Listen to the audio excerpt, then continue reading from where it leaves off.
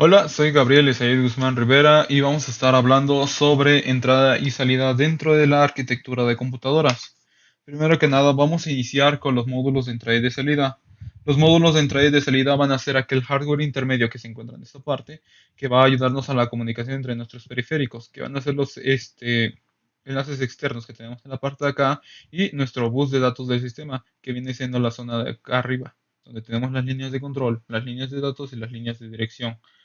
Estos son los que nos ayudarán a que cada uno de nuestros dispositivos que esté conectado a nuestra computadora se comunique de una manera correcta. Junto con el procesador, estos y los módulos de memoria, son parte clave de un computador y cada uno de estos módulos va a estar conectados a nuestro bus de sistema.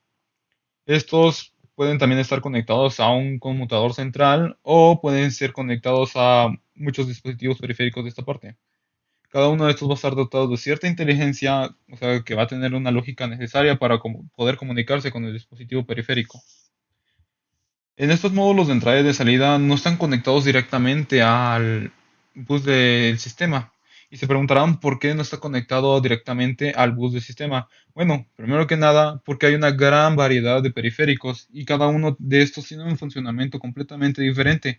No pueden caber tantas lógicas de tantos dispositivos en el procesador. Por eso es que tienen tantos protocolos y es necesario que se utilicen los módulos de entrada y de salida.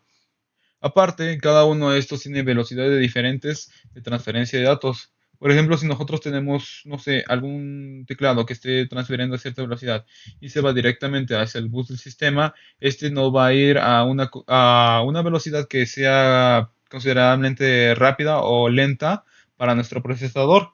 ¿Y qué va a causar esto? Pues que esté siendo mal utilizado nuestro bus de datos del sistema.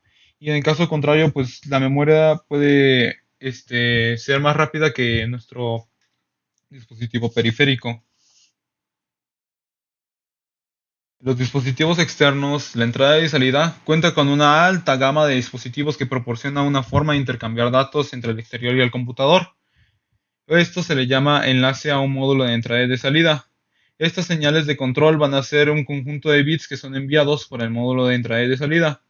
El enlace es utilizado para intercambiar señales de control, estado y datos entre el módulo de entrada y de salida y nuestro dispositivo externo, que viene siendo nuestro periférico. Cada uno de estos va a estar mandando estas señales de control hacia una lógica de control que está dentro de nuestro módulo de entrada y de salida. Esto va a ser dirigido al buffer, que el buffer va a ser aquella parte donde se almacenan cada uno de estos bits del módulo de entrada y de salida. Y el transductor, que básicamente el transductor viene siendo aquel que traduce estas señales a señales eléctricas para poder mandar esos datos a un dispositivo externo específico. Tenemos varios tipos de dispositivos externos. Primero que nada, tenemos los que son con la interacción de humanos. ¿Y qué es esto? Pues estos son los que nos ayudan a comunicarnos con las computadoras, nosotros como usuarios. Estas que vienen siendo como las impresoras o las terminales de video, como nuestra pantalla que estamos utilizando para hacer esta presentación, o el mouse que estoy utilizando para poder mover el cursor e indicar dónde estoy señalando dentro de la computadora. También tenemos varios de interacción con máquinas, que por ejemplo vienen siendo elementos dentro del equipo. Podría ser un disco duro, un disco magnético, una cinta, sensores o varias cosas que pueden ser utilizadas en la robótica. Y tenemos la comunicación, que viene siendo directamente comunicación con otros dispositivos. Nuestro teclado y monitor, en donde nosotros proporcionamos la entrada a través del teclado, muestran datos proporcionados en nuestro monitor. Por ejemplo, cada vez que nosotros presionamos una tecla, esto va a ser mandado en código ASCII hacia nuestra computadora. Nuestra computadora, junto con el transductor que tiene nuestro módulo de entrada y de salida, va a ser el encargado de andar traduciendo cada uno de estos códigos de acá en señales o con lo que viene siendo nuestros símbolos o dígitos que vamos a estar utilizando en nuestro teclado. Acá tenemos señales de control, pero de otro tipo de control, viene siendo el control IRA. El control IRA viene siendo un tipo diferente de control. Por ejemplo, que si nosotros teníamos anteriormente que nuestras teclas hacían ciertas funciones de este lado, aquí estas van a ser teclas especiales que van a indicar movimientos o van a hacer acciones dentro de nuestra computadora. Por ejemplo, acá tenemos otras que son de transmisión. Estos sirven para otras cosas dentro de nuestra computadora, como por ejemplo el mover la cabecera de un disco, o también tenemos de otro tipo por acá de transición y todo ese tipo de teclados especiales. Acá tenemos unas más, una conocida como Dell y otro tipo más de teclas. Tenemos otra más, como es. Esta es bastante conocida, es la que varias veces encontramos en nuestros teclados. Es usado para poder salir de algunos lugares, como de esta presentación. Si estoy en pantalla completa, pues podemos salirnos, ¿no? Ahora tenemos el control de transferencia de datos. Primero, la conexión de un módulo de entrada y de salida se realiza por señales de control. Estas señales de control también son de estado y de datos. Los datos se intercambian en forma de bits. Estos son recibidos o enviados por nuestro módulo de entrada y de salida. Estas señales de control determinan la función que debe realizar nuestro dispositivo. Enviar datos viene siendo la parte del output y la lectura viene siendo la parte del read para leer esos datos que estamos enviando. La recepción de estos datos viene siendo el input y la escritura de estos datos viene siendo el write.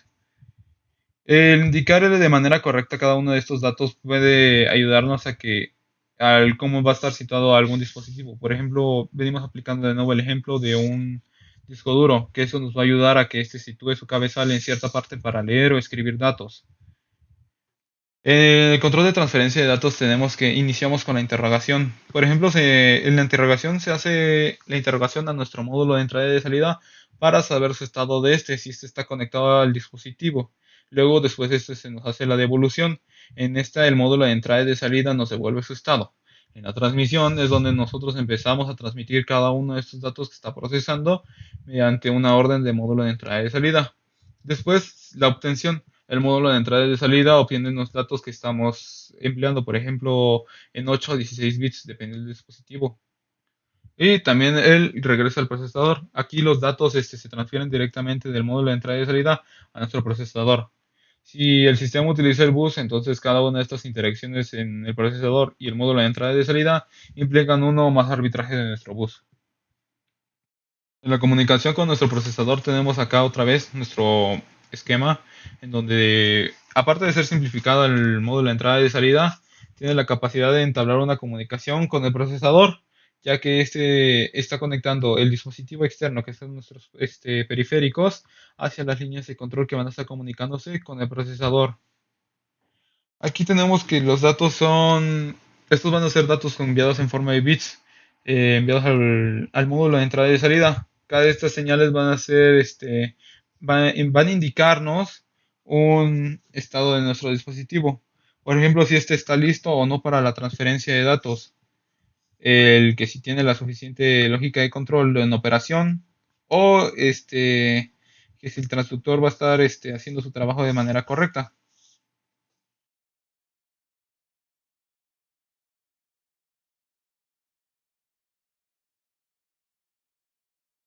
Por ejemplo, las funciones principales que va a tener nuestro módulo de entrada y de salida va a ser el de controlar y temporizar cada una de las comunicaciones que tenemos dentro de nuestro computador.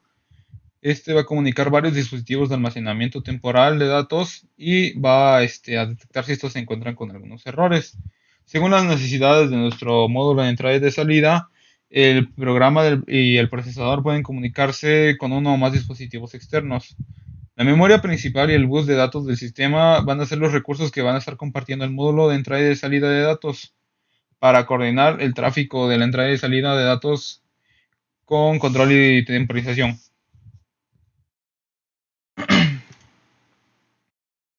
En el almacenamiento temporal, el módulo de entrada y de salida va a ser esencial para almacenar de manera temporal estas tareas y estos datos que va a estar utilizando para cada uno de ellos. Los datos se van a almacenar de manera temporal en nuestro módulo de entrada y de salida y después se van a enviar al periférico a la velocidad que este desee. Los datos se almacenarán para no mantener a la memoria ocupada. Por ejemplo, si nosotros tenemos la memoria ocupada de nuestro sistema con datos y datos y datos, va a saturarse en cierta parte y se va a volver una operación lenta y muy mala. ¿Cómo va a detectar los errores mecánicos? Pues básicamente utiliza cierta cantidad de bits para determinar si estos se encuentran en error o no. La cantidad de bits, si supera cierto número de bits, va a reportar eso como un error, por ejemplo, como un error mecánico o un error eléctrico, si nuestro dispositivo, como una impresora, se atasca de papel, o una pista de mal estado en nuestro disco. Por acá tenemos un módulo de entrada y de salida. Este es un diagrama de bloques de uno correspondiente a un Intel 82C55A, en donde se nos muestra una dirección. Estos vienen siendo, eh, estos vienen siendo dispositivos que siguen la arquitectura de von Neumann. La arquitectura de von Neumann nos indica que cada uno de estos son espacios direccionados. ¿Qué quiere decir direccionados? Que tienen una dirección. Aquí se nos muestra cómo es que está la dirección en donde nosotros estamos otorgándole los datos, el estado y el control, nos está devolviendo. Aquí otorgamos los datos a la lógica de interfaz de nuestro dispositivo externo y también el estado. Esta es la interfaz de nuestro dispositivo externo o lo que viene siendo el periférico. Y de esta parte también tenemos lo mismo. En cada una de estas líneas podemos ver que los datos se van a ir almacenando dentro de la lógica de control y se van a ir pasando directamente a las líneas correspondientes. Por ejemplo, las líneas de dirección, líneas de control y las líneas de datos, en donde acá se va a estar registrando el estado de cada uno de estos y cómo están cada uno de estos datos. Y ahora nos pasaremos con las técnicas de entrada y de salida. Dentro de estas técnicas tenemos la primera que viene siendo la entrada y salida programada. En esta nuestro módulo no va a realizar ninguna acción. O sea, nuestro módulo va a estar completamente operando de manera normal y este solo va a andar ejecutando de manera directa las operaciones de entrada y de salida. En concreto, no va a entrar a interrumpir al procesador, lo que hace que el procesador se haga responsable de andar comprobando de manera periódica el estado de nuestro módulo de entrada y de salida hasta que ya haya terminado su tarea. Por ejemplo, explicaré primero el punto de vista de las órdenes de entrada y de salida vía del CPU al módulo de entrada y de salida y ya después desde el punto de vista de las instrucciones del módulo de entrada y de salida a cómo se ejecutan en el procesador. Cuando el procesador está ejecutando este programa y se encuentra con una instrucción relacionada a las entradas y salidas, este va a ejecutar una instrucción mandando una orden de entrada y de salida al módulo indicado. Con el módulo de entrada y salida programada va a hacer que el módulo de entrada y de salida realice la acción solicitada y después activará los bits apropiados en el registro de estado de módulo de entrada y salida. Las órdenes de entrada y de salida van a ser las siguientes, las de control. En estos van a ser utilizados para que nuestro módulo active el periférico e indique qué hacer.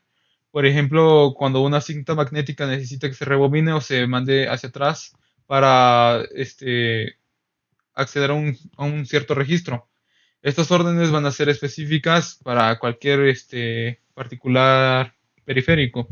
Luego tenemos los de lectura, que los de lectura van a ser en donde nuestro módulo va a captar los datos del periférico y los va a citar en el buffer interno. Después del procesador va a poder obtener esos datos que haya solicitado y los va a poner en el bus de datos. Y luego tenemos la escritura. En este hace que el módulo capte un dato, nuestro byte o palabra, en el bus de datos y posteriormente lo transmita a nuestro periférico. Después se realizará el test. En este se utilizará para probar diversas condiciones asociadas al módulo de entrada y de salida y este periférico. El procesador va a poder comprobar si el periférico está conectado y disponible para usarse. Luego aquí mostramos el cómo se ve en un esquema de flujo nuestra entrada y de salida programada. Primero tenemos que aquí se inicia mandando una orden del módulo de entrada y de salida del CPU hacia el módulo de entrada y de salida. Este va a leer el estado del módulo del CPU. Esto viene siendo de la entrada y salida del CPU. Si está preparado, este va a comprobar su estado y va a ir directamente a leer la palabra del módulo de entrada y salida. Si es caso contrario, va a reiniciar su ciclo en esta parte de acá que podemos ver que da una vuelta completa hasta la parte anterior de leer el estado del módulo de entrada y salida, y así va a estar constantemente hasta que nosotros estemos preparados completamente. Si este no recibió nada, pues se vuelve a leer, y si no, manda condición de error. Luego, después se le olvida el módulo de entrada y de salida.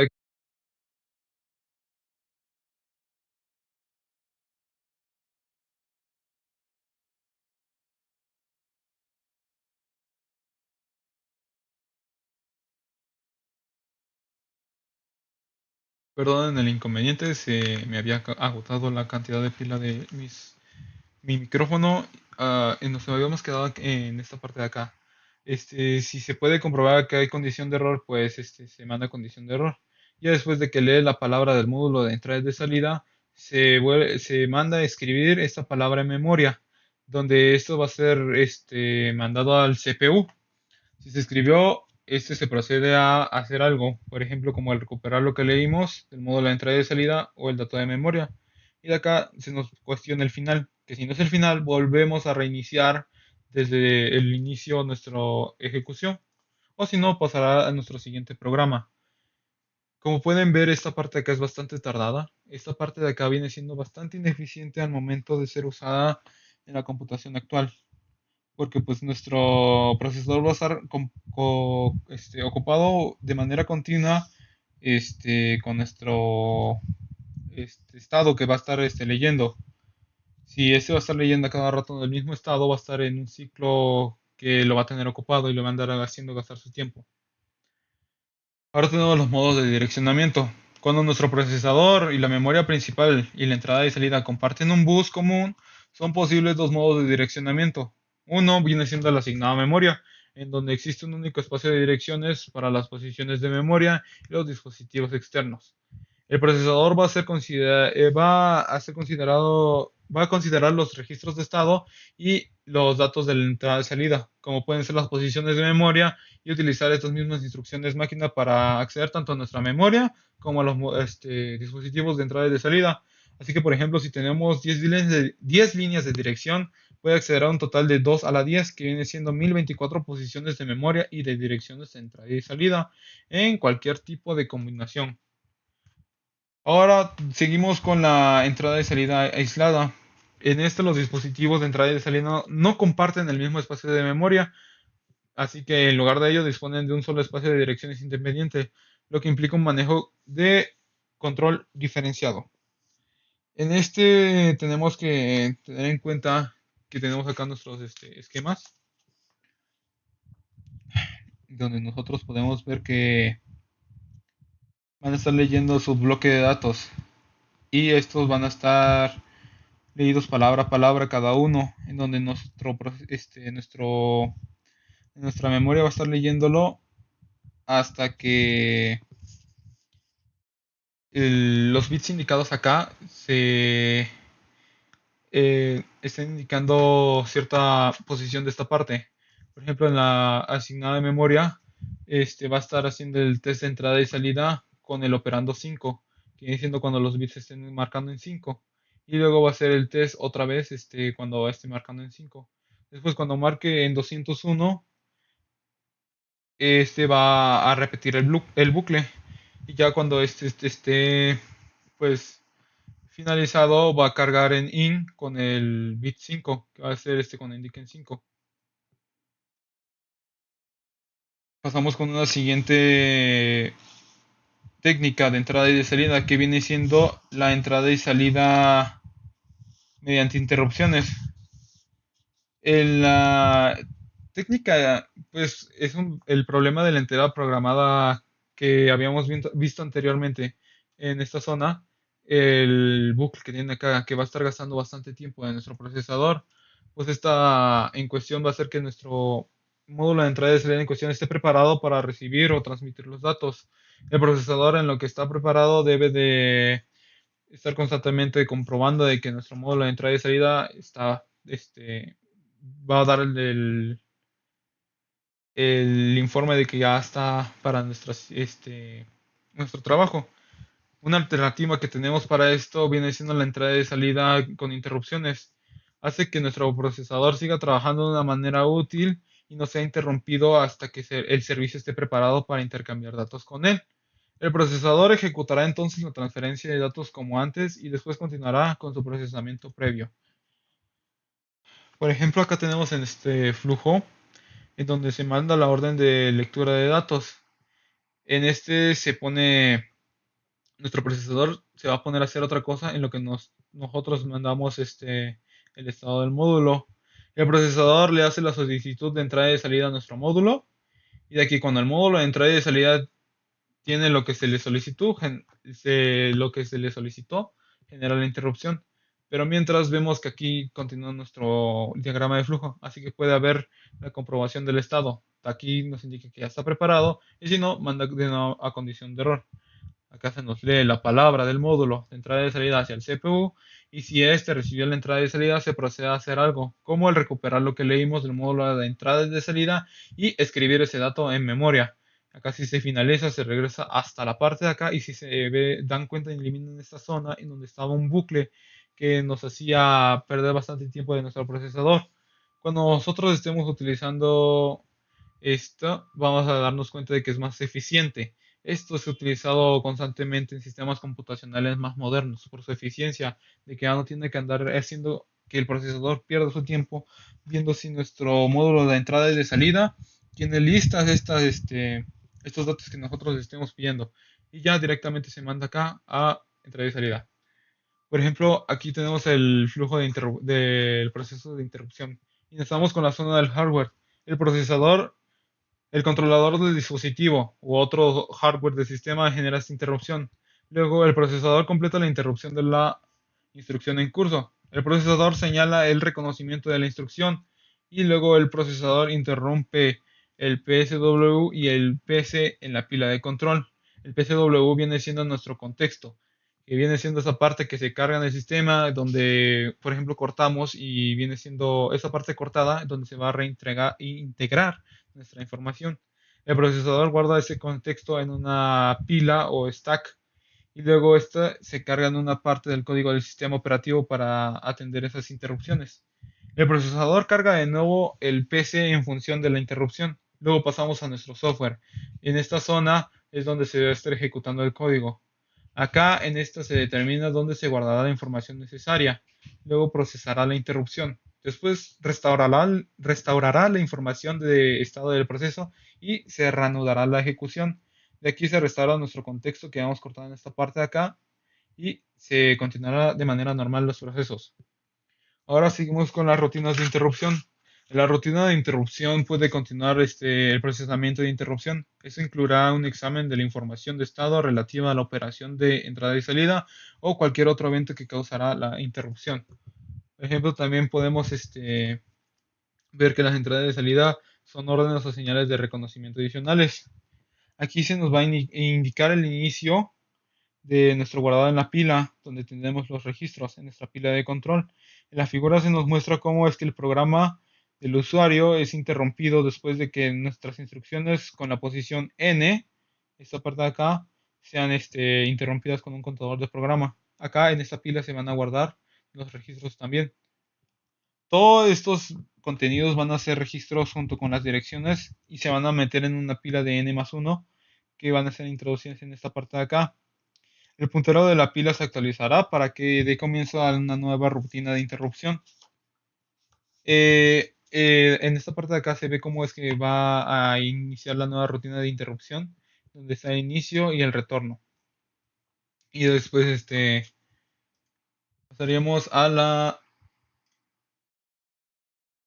lo siguiente, en donde aquí el procesamiento de interrupción ha terminado y los valores de registro almacenados van a ser recuperados de la pila y volverán al almacén de registros. Acá ya están siendo devueltos otra vez a la pila de registros y el paso final es donde los valores de nuestro contexto, que es el PSW y el contador del programa, desde la pila van a ser recuperados. Como resultado, pues las siguientes instrucciones que se ejecuten permanecerán al programa previamente interrumpido. En cuestiones de diseño tenemos que la implementación del módulo de entrada y de salida por interrupción. Existen dos cuestiones. Una es que sabemos que hay muchos módulos de entrada y de salida y así como es que sabremos cuál determinó la instrucción y el procesador le va a hacer caso. Por ejemplo, Si nosotros tenemos a alguien que le está haciendo varias preguntas a una persona y no sabe a cuál responder, es porque una no alzó, no están alzando la mano en orden o no está dándose un orden ahí. Y ahí es cuando entran las cuestiones de diseño, en donde vamos a utilizar cuatro técnicas, que van a ser las múltiples líneas de interrupción, la consulta de software, la conexión en cadena y el arbitraje de bus vectorizada.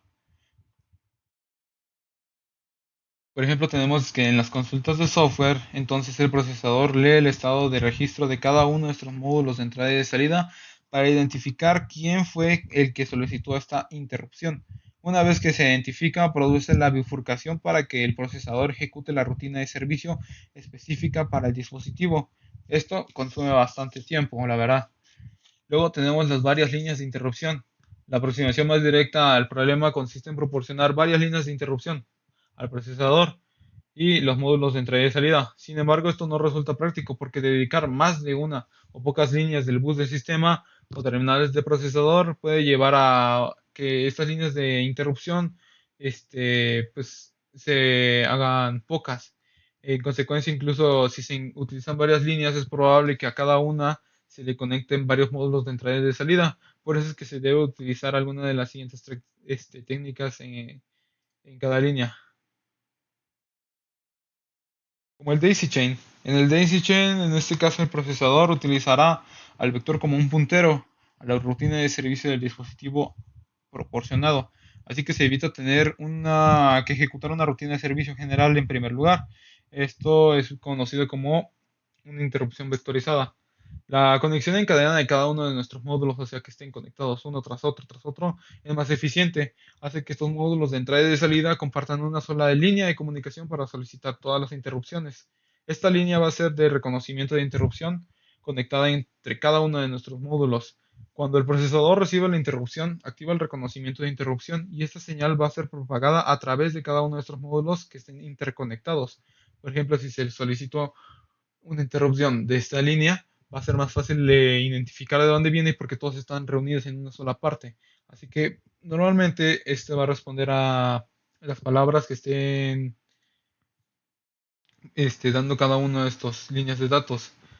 Estas palabras se les denomina vectores y en esta dirección del módulo de entrada y de salida o de algún otro tipo de identificador especial. Luego también tenemos el arbitraje de bus.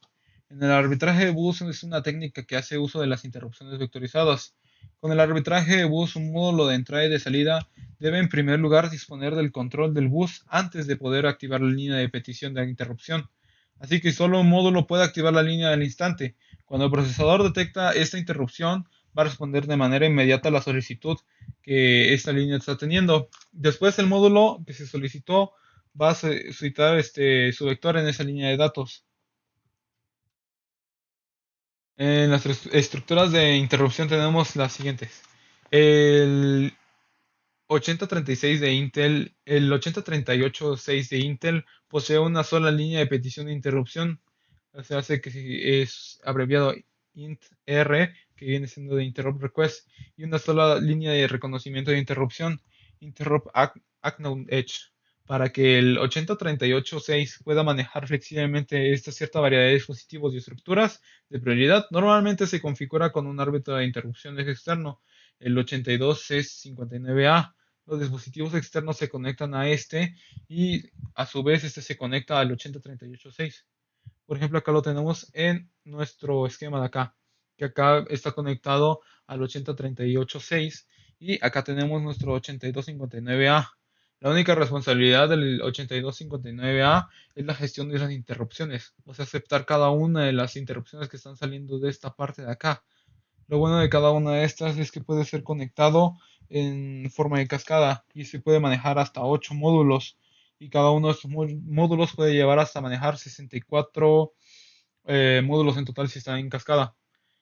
Cada uno de estos va a ser conectado directamente a un 82C54A maestro y a los que están conectados detrás de él se le van a llamar C58, C59A esclavo.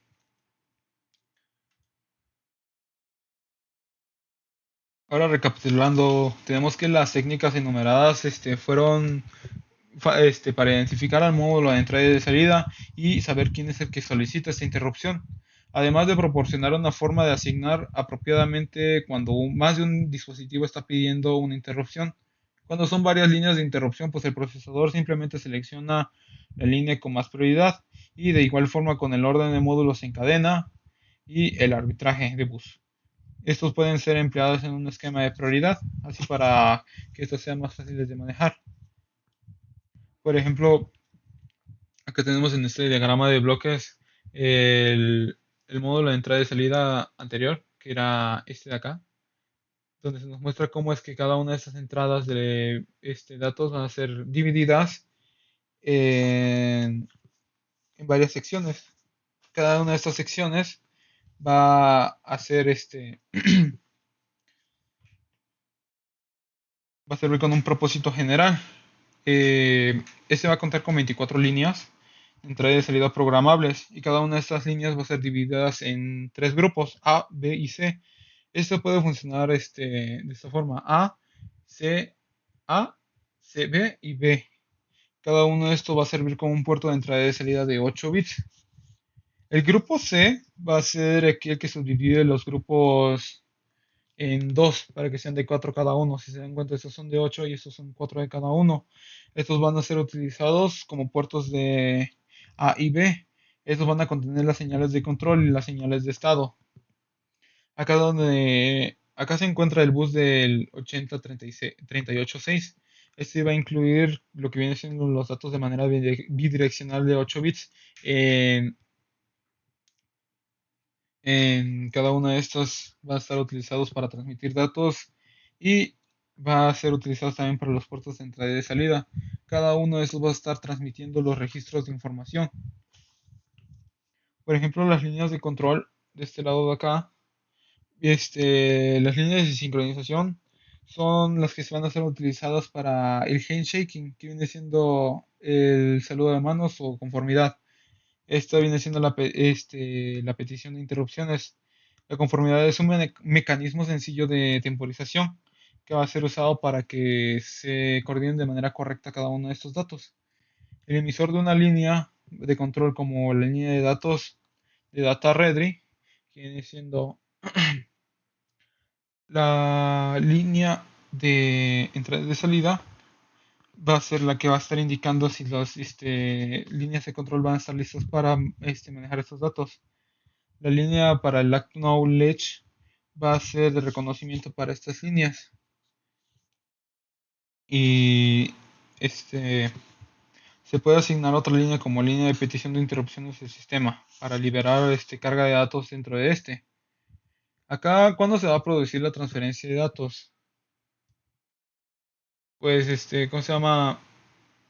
La transferencia de datos se va a producir cuando el chipset select que teníamos en la parte de acá, este acá chip select, active la línea de read o de write, que vienen siendo estas líneas de acá de la lógica de control. Estas van a tener un modo de operación en donde este va a ser dividido en tres grupos de 8 líneas, siendo cada uno de estos líneas de 8 bits de entrada y de salida.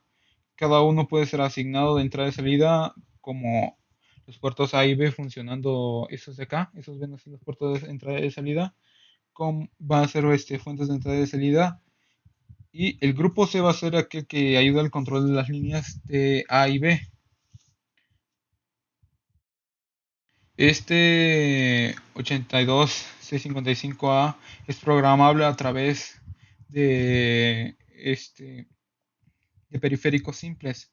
Por ejemplo, puede ser utilizado para un teclado, una pantalla o para directamente comunicar varios dispositivos. El teclado proporcionará 8 bits de entrada de esta parte de acá y por ejemplo, dos estilos de bits de shift y de control, que estos tienen significados especiales para el programa, como habíamos mencionado anteriormente en la presentación. Estos van a llevar a la gestión del teclado a ejecutarse en el procesador, que viene siendo la petición de interrupción de acá. La pantalla puede estar conectada a un puerto de datos de 8 bits. De nuevo, dos de estos van a ser de significado específico que van a ser transparentes para el 8255A. Por ejemplo, acá tenemos dos periféricos que vienen siendo nuestro teclado y nuestra pantalla, en donde cada uno de estos va a andar mandando los bits correspondientes desde R0 hasta R8, hasta R7, que estos 2 bits de diferencia van a ser de shift y de desplazamiento. Y acá tenemos otros para los de la pantalla, que vienen siendo los mismos de cantidad de bits, pero con diferentes propósitos. Por ejemplo, en los bits de backspace va a ser para el retroceso y el borrado. Y acá tenemos los de control, que vienen siendo los del C, donde estarán preparados para recibir estos datos, el reconocimiento, el blanqueado y borrar la línea. Ahora pasamos con una de las últimas este, técnicas de entrada y de salida, que viene siendo el acceso directo a memoria.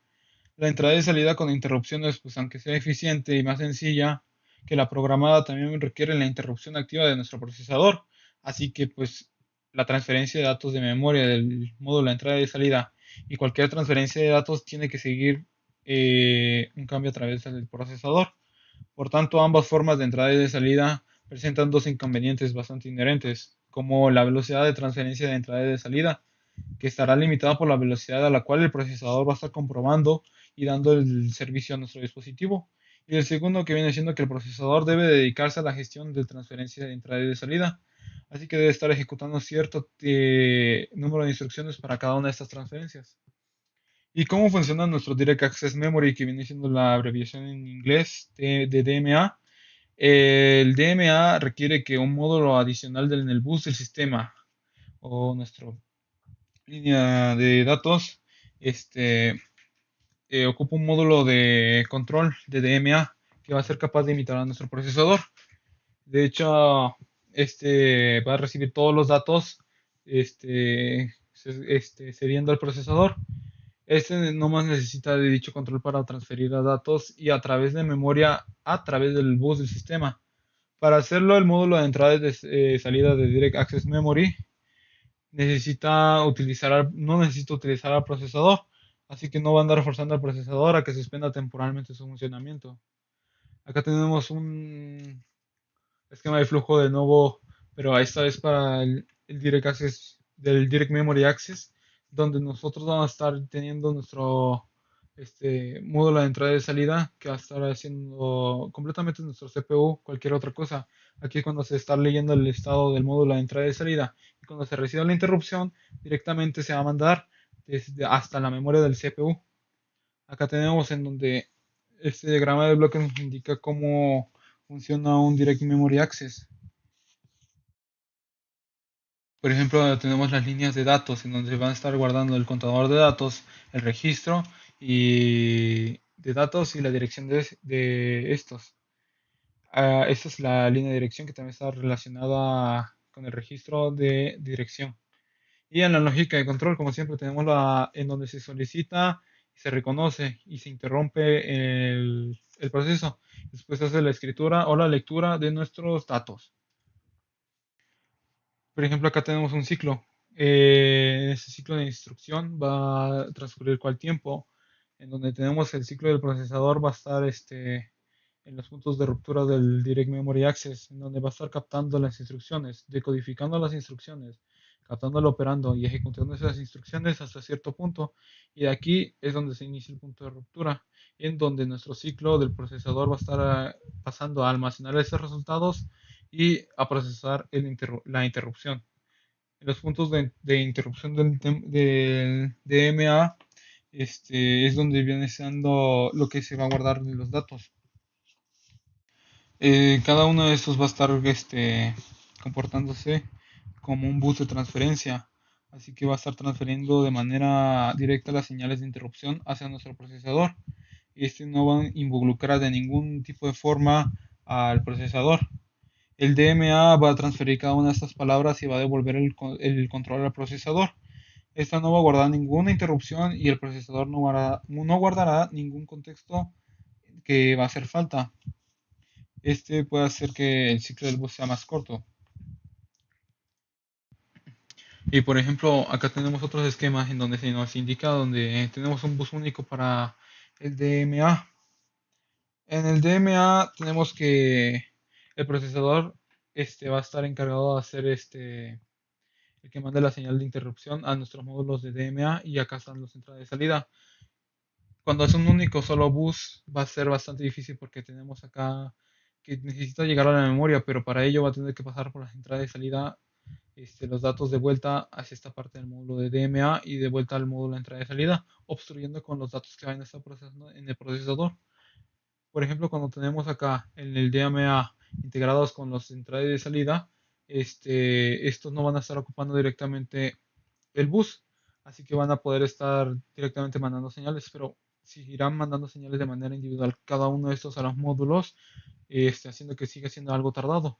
Ya cuando tenemos el bus de entrada y de salida conectado directo al módulo de DMA, no tenemos tanta implicación porque acá directamente el procesador va a mandar los datos al módulo de DMA y este módulo de DMA va a estar solicitando estos de interrupciones a nuestros módulos de entrada y de salida desde el bus de entrada y salida que va a ser independiente. Y esto directamente va a mandar la información a la memoria. Acá no va a requerir tantas cosas. Y ahora vamos con los canales de procesamiento de entrada y de salida. En este van a tener varios funcionamientos. La CPU va a ser el que controla directamente los periféricos y la situación en la que se observan nuestros dispositivos, controlados por los microprocesadores. También se añade que los controladores del módulo de entrada y de salida de la CPU de entrada y de salida programada sin interrupciones van a ser aquellos que se independizan de los detalles específicos de las interfaces de nuestros dispositivos externos. Y en la última se utiliza la misma configuración del paso 2, pero ahora se van a emplear las interrupciones de la CPU necesarias para que éste realice la operación de entrada y de salida. En nuestro último paso, el módulo de entrada y de salida va a salir haciendo, ¿cómo se llama? Un repertorio específico de las instrucciones que ha recibido de las entradas y de salida. Al final, el CPU, que es el procesador de entrada y de salida, va a hacer que se ejecute un programa de entrada y de salida en la memoria. A medida que nuestras computadoras han evolucionado, la complejidad y sofisticación de cada uno de estos componentes se ha incrementado, así que cada uno de nuestros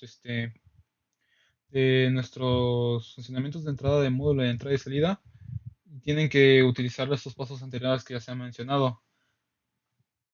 Ya se ha considerado parte de la evolución, sus etapas se resumen como lo que había presentado. Muchas gracias por prestar atención a esta presentación y me despido terminando la grabación.